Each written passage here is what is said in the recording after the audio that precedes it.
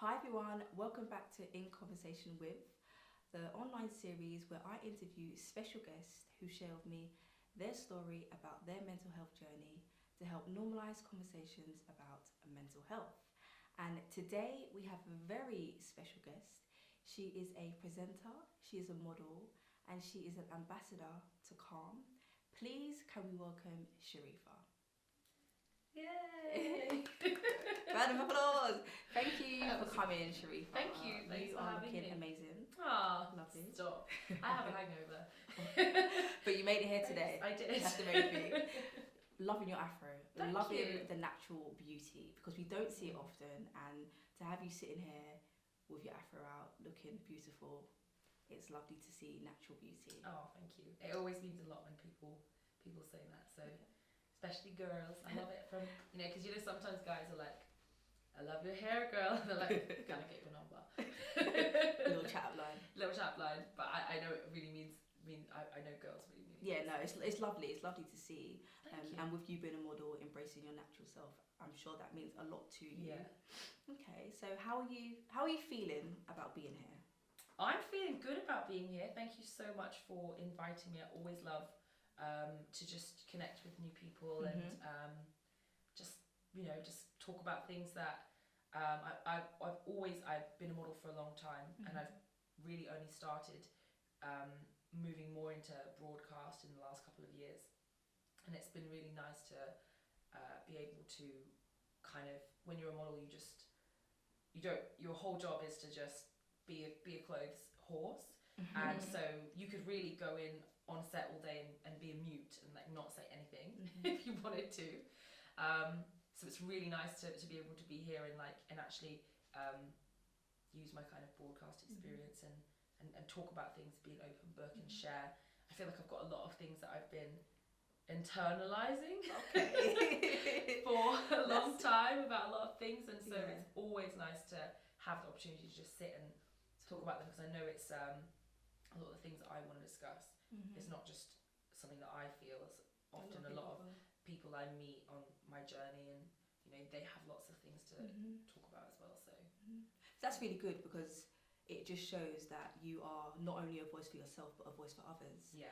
And I know you're also the founder of Shine for Diversity. Yeah. So let's talk about that and get a bit deeper about that. Great. So what is Shine for Diversity about, for those who are not aware? Yeah. So Shine for Diversity is a platform. We are basically just like a cause. We started on social media, and it was basically just me and another model who is also a curve model. Were extremely feeling a little bit frustrated with the lack of racial inclusion within mainstream advertising. We were kind of, I was living in Australia actually, where I noticed the lack of racial inclusion, which I think is has a longer way to go than the UK. And I just thought every shop I walked into, and I saw every newsstand, every front cover of every magazine did not have a single person of colour. Okay. And I thought, this is absolutely insane. This is 2019, or at the time when we created it, and what is this? Like, this is mental. So I shared this on Instagram. I saw one of my model friends, she had been sharing things recently, so we got together and we decided to collaborate on a project where we casted 17 models from different ethnicities, different ethnic backgrounds, and like people that you would never have seen before. We had like a Chinese plus size model. We had like an over 50s male model from originally from Africa.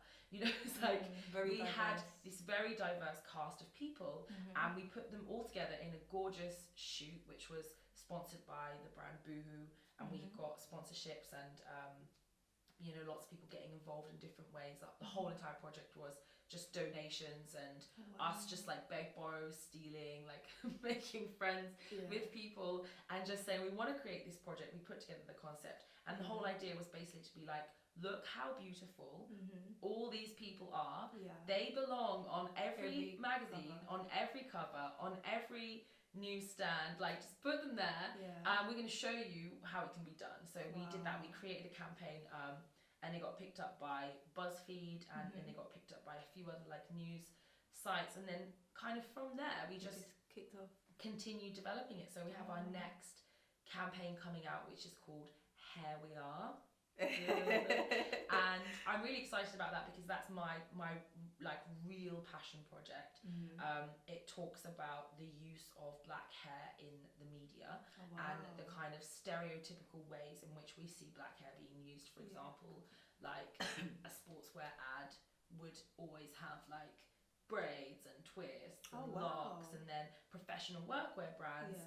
I don't even know the last time I saw a professional workwear brand that would use afro or braids or locks or twists. It's just it's not very common.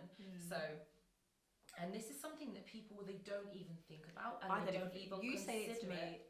I don't even think about it. Yeah. I'm like, I'm even learning from you telling me that these people won't use this, and it's just even insightful for me to even hear. And it's that, so Shine for Diversity, the idea was that we wanted to shine a light. So that's where the shine comes from. We want to shine a light on diversity and shine a light on the lack of racial inclusion. And it's not saying, you know, it's about bridging the gap rather than being like, you know, some of those shows like Dear White People and all of that.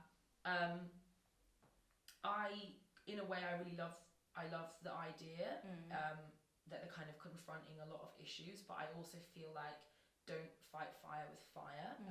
You know, it's not like white people, black people against these people, because I feel like that just creates more of a rift. I think it's more about how can we like shine a light in a positive way and educate and talk about it, and so it means that in the future when we move forwards, and my kids are growing up, I don't have kids yet. But speak his existence. My husband's out there, if you're listening, I'm right here. But I don't want my children to grow up in the way that I grew up, which was feeling like I'm not beautiful, I'm hideous because my hair is nappy or picky or dry or all these things.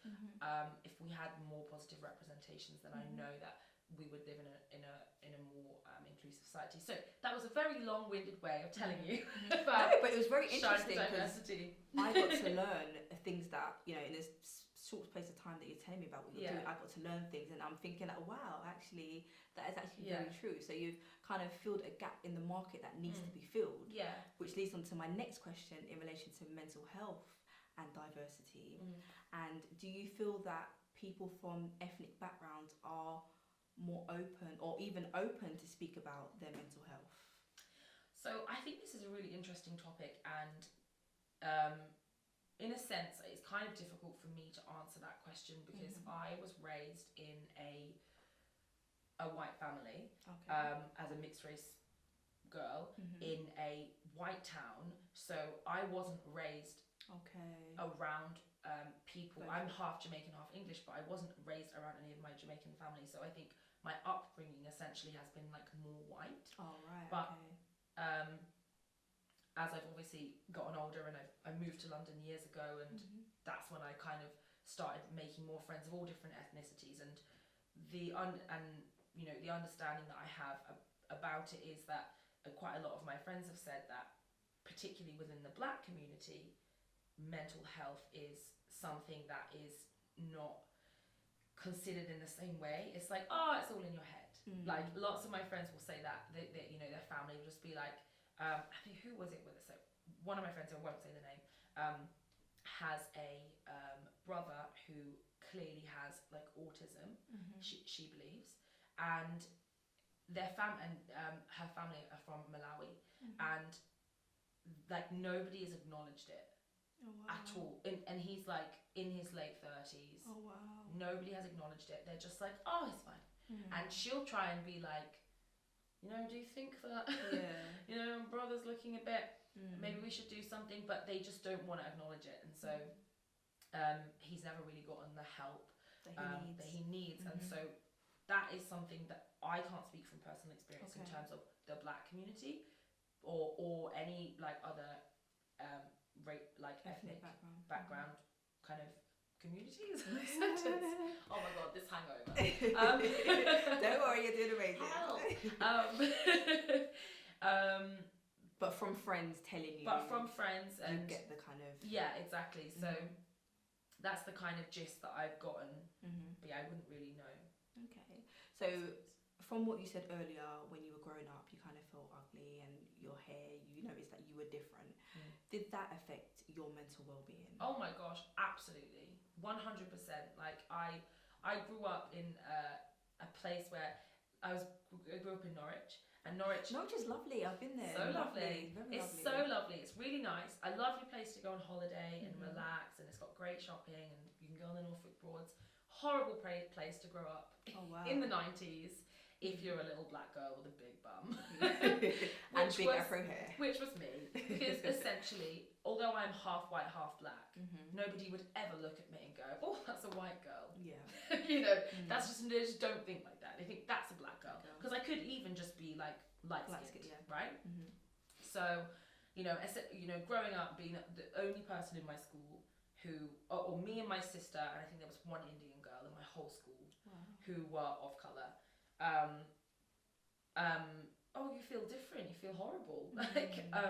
Sorry, pardon me. I don't even know where to start. I mean, how do you even go about accepting yourself when you are you feel alien for your whole entire life? But one thing I never did, which is really strange to me, my sister, she wanted to assimilate as quickly as possible. I remember her being like my mum did not know how to deal with our hair because she's white and she's got straight, very, very fine hair, so she didn't ever learn how to deal with it. One of the first things I remember her being like, can I please relax my hair? Can I please relax my hair? She was desperate to have her hair relaxed. She loved it. Like, she just wanted to have her hair relaxed. But even though I was bullied so much for my hair, people would cut little pieces of my hair off in class.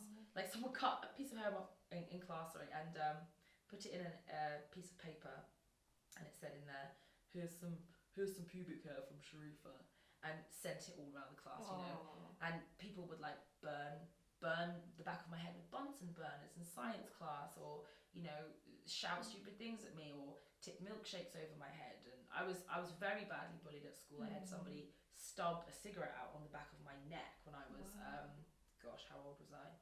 16 or something, because I went to a ratchet school. Everyone was crazy. It sounds it. It was. But I don't know, I think it made me very resilient. Yeah. And it definitely gave me a lot of compassion, but for other people, and empathy towards people who've been through that as well, because I know that I've been through that. But yeah, it was definitely hard. It took a really long time to accept myself. Wow. So it's crazy now, like being a model. I was just gonna say that, after everything you've gone through, and crazy. How debilitating that must have been for you, and how scary also that must have been for you, especially from being a young child and actually growing up in that environment, in that lifestyle. Because when we're in school, that's where we learn the most and we kind of find ourselves. Yeah. And here you are today, a plus size, a beautiful model. From all of that struggle, you're here today doing amazing things with amazing companies, amazing within the fashion industry.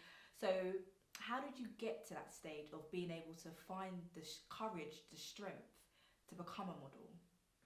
It's really funny because I always remember it was never really a thing that I thought about. I trained in musical theatre. I loved musical theatre, and I remember going for my musical theatre auditions for the schools, and it just being like the scariest time of my life.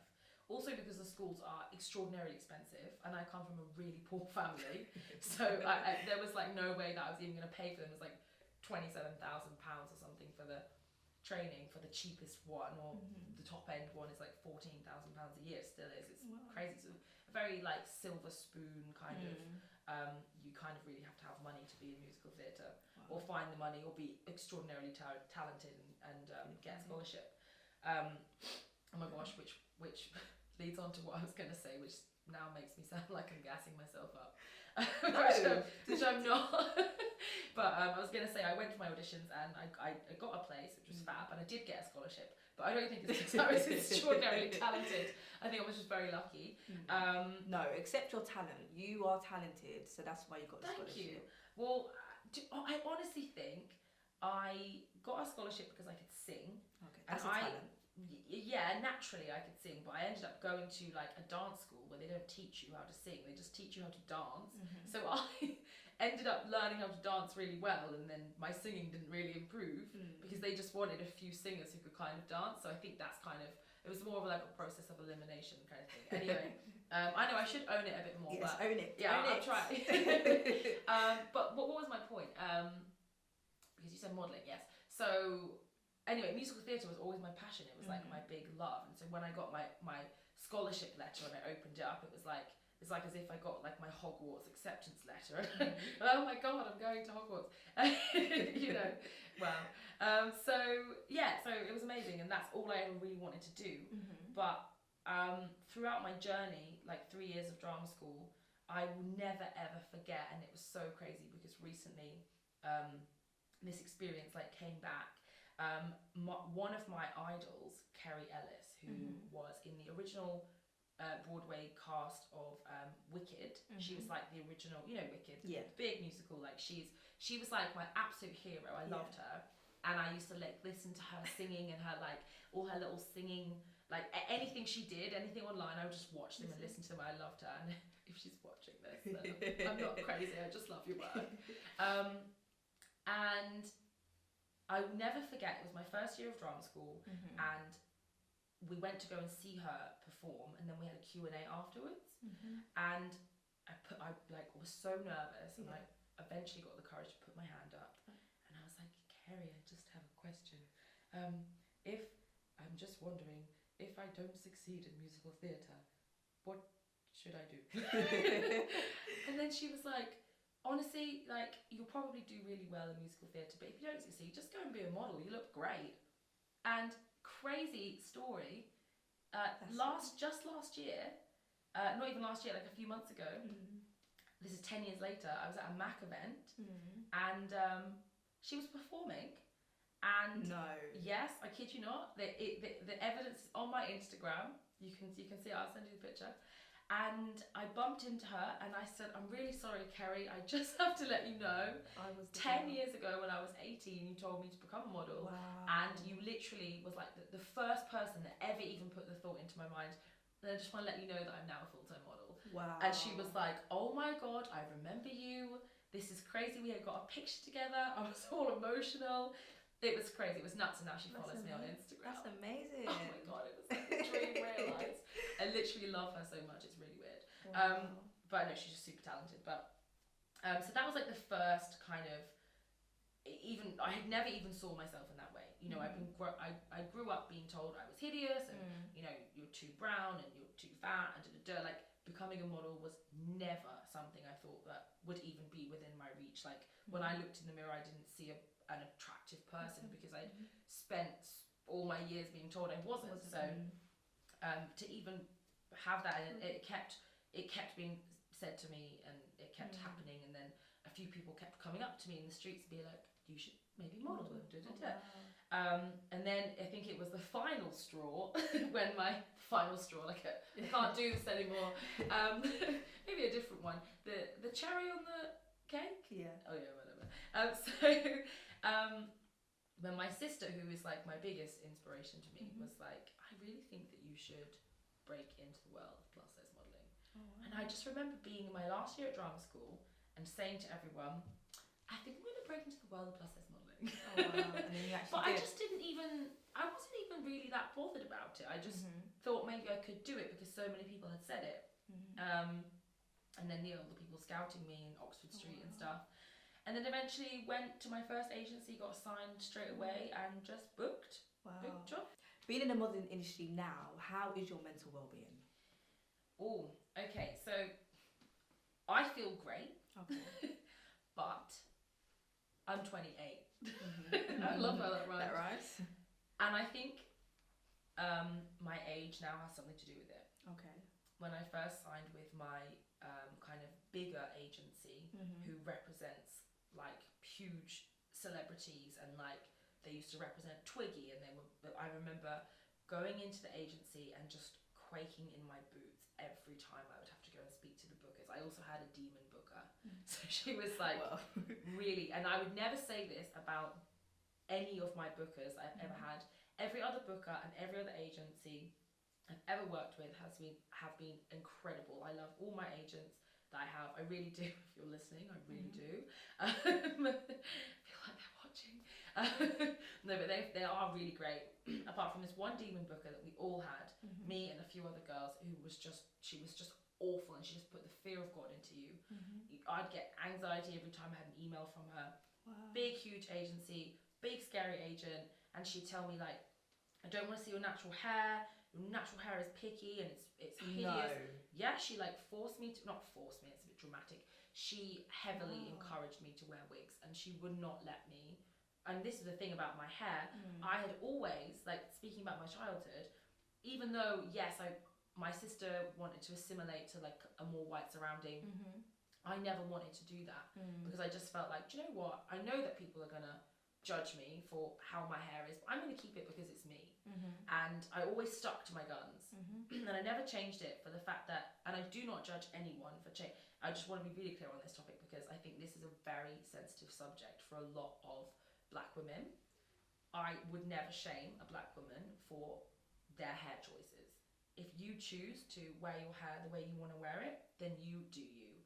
But I do always feel like it is a terrible shame that when I've had conversations with some black women who have said, some of my good friends, I wear this straight hair wig because I don't feel comfortable in my workplace, or I don't feel comfortable, or I don't feel attractive because of what a guy has said to me, or something like that.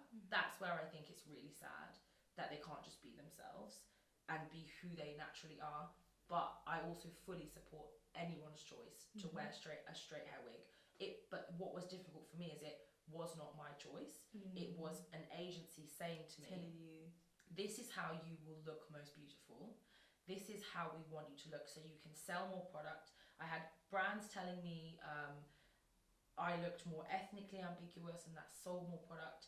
And it just caused this huge complex, which I think I'm actually still working through now. wow. Which is, I think, why I'm launching the Here We Are campaign, because I'm just like, nobody should ever have to feel like they can't do their job just because of their race, because ultimately that's and it is actually racism to be told you. So anyway, so in terms of my mental health like definitely declined at that period of time. I remember I was working for some very large brands, I will not name them, who were requesting different wigs, different colours. My hair was falling out. Wow. I was not allowed to go to events unless my hair was in these wigs, because that's how I was then being. So the whole entire book was just full of pictures of me with a wig. I kept saying to the agency, please let me shoot with some of my natural hair. And like, yeah, but it doesn't sell. Clients don't want to see that. If you look at any of my early work, it's literally just me with a wig on. I don't even look like the same person. And I just hated it because it wasn't my choice. And so I hate the fact that anyone's choice is taken away from them in any circumstance. We should all be able to make our own choices. Like I say, my sister, she relaxes her hair, she wears her weave, she lives her best life, she loves it. And that's what brings her the most confidence. And so I support her, but that doesn't bring me the most confidence, so don't make me do it. So that was where I really struggled. And then I felt like, then it gave me this identity crisis of being like, well, and then I'm looking in the mirror seeing this wig on, being like, I do actually look more beautiful, so maybe I should just keep it. And then it was this whole thing. Anyway, eventually I managed to I left that agency, not because they were a bad agency, but because it wasn't the right fit for me. And Demon Booker but she actually left. Demon Booker left, she got fired. Thank God, she saved us all. And now I work full time. After just, I remember when the change happened, I decided I was just fed up of the London market. I was fed up of having to like look a certain way. So I was offered a contract in Australia. I thought, do you know what, I'm gonna go there, see what it's like. So when I moved to Australia, I will never forget getting off the plane. It's like I think I got the cheapest flight because at the time I didn't really have much money. And I got the cheapest flight, and I think I was flying for like 30 something hours. absolutely exhausted. And I stepped off the plane. My phone started ringing almost immediately, and it was my booker from my agency there. And she was like, "Hey, SHAREEFA, you've just landed, right?" Yeah. She was like, "Okay, I know you've just landed, but you have a job tomorrow. Wow. You have a campaign." I was like, "Yes, great." Yeah. But the problem is, did you bring your wigs with you? Oh. We need you to go and find the nearest hair shop. Like, I've just landed in another country on the other side of the world. I don't know where I am. To try and reinvent myself, which I probably should have mentioned to them before, but I didn't. I was a bit scared. And I had to go and put my wig on. So I found a place in Newtown. Yeah. I very begrudgingly put my wig on. I did the job to be professional. And then I called up my agent afterwards and I said, "Hey, I just want to let you know, thank you so much for having me here and the opportunity, but I don't want to work with my wigs anymore. I'm really happy to do it on occasion if it's a concept shoot or something, but I really want to try and promote my natural look a bit more. So could you please change my headshot on my card and my portfolio images to ones without straight hair if possible?" And she was absolutely amazing. Oh, and wow.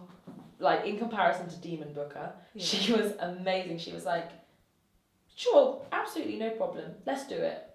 And within a day, she changed my images, changed everything, and that was the last job I ever did on the 24th of February 2017 with a wig on. Oh, wow. And I'll never forget that day, because it was the last, it was just the absolute epitome of, like, me standing up for what I believe in, communicating that, and somebody coming back to me, my booker Catherine, who was such in Australia, who was such a wonderful person, and being like, "I accept you, and I'm gonna respect that, and let's give it a go." And I worked so much when I was there. I was booking solidly, and every job I'd go on, it would be like, "We love your hair, we love your hair." And even though I say that Australia was not very diverse, which I think that they are really taking steps to try and move forward with the advertising, which is incredible. There's a lot more campaigns and movements towards it. There's an amazing brand called The Iconic, and they're really trying to, it's like ASOS here, but they really try and pioneer diversity within Australia, and they're doing well at making the effort. That was the last time.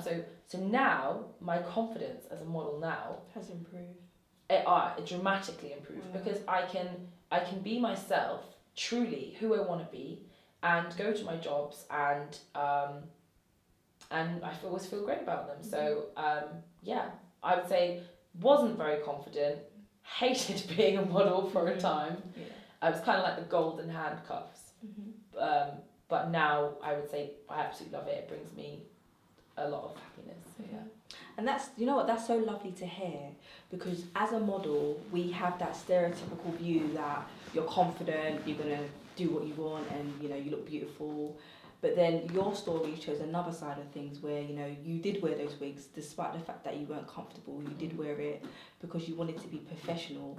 But then when you got to that stage where you was like, "You know what, no, I don't want to wear no more wigs anymore," you took a stand for yourself. And it's so inspiring to hear, because there could be other people watching this, viewers, if you're watching, who may feel insecure with maybe wearing wigs, or however the modelling industry makes them want to look, or not just the modelling industry, like so many industries. I've heard horror stories about girls being sent home from their job, in a corporate job, because they've worn braids, or they've they decided to do faux locks, or they decided to do or their natural hair. And I just think that is horrendous. I think wasn't it California was the first state to actually pass a law against black hair discrimination. Oh, wow. I think it was California, I could be wrong, but it was one state in America, and this was in the news maybe 3 or 4 weeks ago. And I actually looked at this, and I nearly had a little tear. I was like, finally people are actually paying attention to the fact that this is an issue. You should never ever, like, black hairstyles are so traditional. They've been around for thousands of years, like the protective styling, has been around for thousands of years, but to have to like adhere to and assimilate to a culture and to fit in, to just be able to do your job, you should not ever have to feel like you can't wear your hair how you want it, if that includes a straight hair wig, but it should be your choice. So how do you take care of your mental well-being now? Because I saw on your Instagram that you were speaking about food and mood, and I think that's very interesting, and not a lot of people know about food and mood and how food can affect your mood, your mental well-being. So how do you take care of your mental well-being? Food and your mood for me is such an interesting topic, because people, everybody knows that if you drink a glass of wine or 2 glasses of wine, you're probably going to get a bit drunk. So that is a direct link to how what you put into your body is going to affect you. In the same way that if what you put into your body, if you have a coffee because I'm so tired, I'm going to have a coffee. You have a coffee, you know it's going to perk you up because you know it's going to affect you. But we always forget, and I've done this as well, we always forget that what goes into your body is changing the chemistry of your body. So a chocolate bar is also going to make you feel good. But then looking at your whole your nutrition as an overall, we don't think about it. Yeah, we don't. In day to day, we don't eat consciously. Like, I know I went through a phase of recently just eating, and I have IBS because I'm getting old, and I was having these horrible stomach aches for best part of a year. Went to the doctor, they thought I was a celiac. It was this whole big drama. Turns out I'm not. But in the last couple of weeks, I've been doing something every morning. So every morning I've been having a raw, cold pressed celery juice before I do anything else. Then I wait 10 minutes before I eat anything. That in itself has literally changed my stomach. I haven't had a stomach ache for 2 weeks. It's amazing. And I've been having stomach aches for years. And the doctors are like, take this peppermint capsule, take this, take all these painkillers. My sister's doctor's like, take painkillers. Which also helps if you have really severe IBS. But nobody told me that drinking a celery juice, and my friend who also has IBS said the same thing. She's like, oh yeah, I used to do that, and it changed my gut. I'm like, wow, this is like, it's so simple. Yeah. Why are we not doing it? So I've kind of 2020, new year, new me, kind of taken it upon myself to really take responsibility over my food. So I've been celery juice every morning, and I've been researching like different supplements and different kind of foods that I can put into my body to increase my mood. So food and your mood. I suffered with depression a few years ago for quite a long period of time, and as I mentioned, I lived in Australia for 2 years, and this year being back is my first year of having a winter like this, and winter was always my danger zone, because and winter is typically a danger zone for many people in the UK because we have a lack of vitamin D. Seasonal affective disorder comes into play, and it's dark, you're tired, you feel groggy, all these things. So I thought, right, what can I do to try and combat this? So every day I've been taking a vitamin D supplement, because we are typically vitamin D deficient in the winter. But obviously that's not medical advice, so you'd have to ask your doctor. But typically a vitamin D supplement. I've been taking a multivitamin every single day without fail. I've been having like a morning shake with cacao nibs, which are proven to elevate your mood, because it's like the raw cocoa bean, which is, chocolate gives you that rush of like endorphins. But these are like hardly any calories, like nothing in them. They don't really taste like chocolate, like a crunchy kind of bit chocolatey, but not with the sugar. So sad. Cacao nibs, I've been having like a maca powder. Again, it's something that elevates your mood. I've been having really, really high tryptophan foods, which we were talking about off camera. Tryptophans, for anyone who doesn't know, is a kind of, I don't know if it's like a chemical or a hormone, I actually don't know, but I just know that foods with high tryptophans can help to alleviate depression. So there is a depression, like a tablet you can take from Boots, I think, and it's called St. John's Wort. Mm-hmm. And the doctors sometimes like recommends if you're suffering with depression to take these tablets. They actually have a really high like tryptophan count in them. So again, if you think about how we prescribe these medications, it's like you can actually find them in nature. And so it's like mushrooms, eggs, cheese, turkey, like all of these things which you can easily incorporate into your diet on a daily basis. Cheese, who doesn't love cheese? I mean, I'm sorry for the vegans who obviously can't have cheese and eggs, but you can have mushrooms. There's always an alternative. Exactly. So, you know, and I've been really like making a conscious effort to build these things into my day, drinking 2 liters of water every day. I mean, you know, I remember being, I'm so tired. Water carries oxygen around your body into your brain. So if you're tired, have a glass of water. There's like so many things that we can do that we don't even think about, and I've just been making conscious effort to build them into my day. Oh my god, I cannot tell you, what is it, January, I feel fantastic. Wow, that's amazing. From a person who suffered so badly with depression to the point of when it got to winter, I would fear the winter. I would dread the winter because it's too cold. I don't want to get out of bed. I don't want to do anything. And when I moved back to this country, I was petrified. I thought winter's going to be like a danger zone for me. What if I slip back into my old habits? What if just the Australian sun brought me joy and I need to be warm every day? Then I know a lot of people struggle with the winter, as well as other times of the year. But honestly, I mean, I wish I had known this years ago, because I feel like I wasted so many winters, so many years, but all I could have been doing is just, you know, but I do obviously think that there are these amazing like supplement companies where you can literally like prick your finger, you can send them back your little sample, they tell you everything you're deficient in, and they'll send you a tablet that just gives you everything you need. I actually forget what it's called, but there's one on Instagram. I don't want to recommend anything because I can't remember, but so there are definitely tools, and then people will say, oh, but it's too expensive. But it's like, but what is the price on your health, and how much money would you spend on something else? Like, it's too expensive, but you're going to go and spend, you know, £35 at boohoo.com. Why, you know, we actually do, if, you know, I'm not saying that everybody has the money, because that's not true, because obviously there are some people that really struggle. But I think making little changes to actually adapt. Exactly. And exercise. Yeah. Like going outside and running, or waking up in the morning and stretching is 100% free. The only thing if you run, you need is a pair of trainers, which, you know, and if you're strapped for cash, go to a charity shop. Go and find a pair for £4 and invest and save up if you're struggling with money, because again, like that, the rush of endorphins, the serotonin, it's proven, it's physically proven to help alleviate.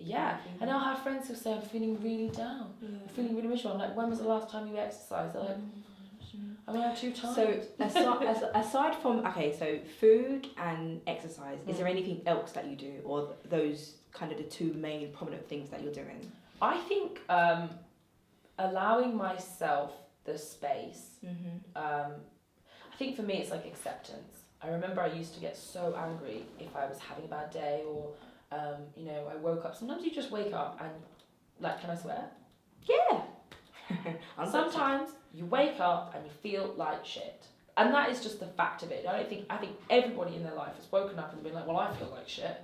You know, and sometimes a day is hard, but I think that rather than saying, oh, why do I feel like this, and getting frustrated, I think it's about accepting the fact that you can't be happy 100% of the time. It's impossible.